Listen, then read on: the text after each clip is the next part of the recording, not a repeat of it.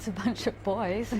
Stacy Horn is another electronic entrepreneur. There's 35 phone numbers on a hunt group. From her tiny New York apartment, 35 phone lines connect the nation to Echo, the East Coast hangout. I call it an electronic salon or electronic community. It's made up of a bunch of areas. They're forums, and they have a general heading like culture, book, science, or sex.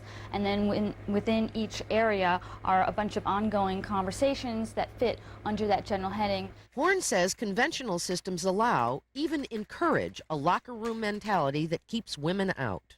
The internet was developed by men, and they quite naturally created a place that made them comfortable. It wasn't on purpose. They weren't doing it to exclude anyone. But now it's, to take a real-world analogy, it's like if some women went into a men's club that had for 100 years only been open to men, and now it's open to women, and they walk in.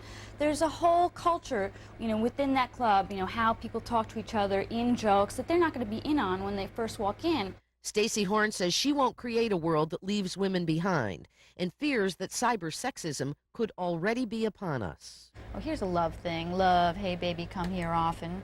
Well, I've been working very hard, easing women into cyberspace and taking advantage of the power of the medium. And one thing I find is here women have this perfect opportunity to really speak up and be heard because they're not in a room full of men who can be loud and big and silencing them. They can just say whatever they want and they will be heard. But they don't. They have to learn how to speak online, because what happens is you take your biases with you, so you get online and you don't suddenly become a new person when you get behind the keyboard. So if you're fearful about speaking up in a crowd, you'll be fearful about speaking up in an electronic crowd. And when it comes to sexual harassment, Horn's always on guard.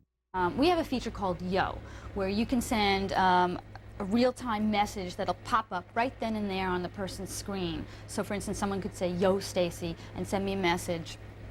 And what we find, what happens is that men tend to yo more than women, and men will yo new women when they come online. So a new woman will get a bunch of yos from the men. Very polite and everything, but it can be so annoying. So we have this rule: if someone says, "Stop yelling me," or "Stop emailing me," you have to.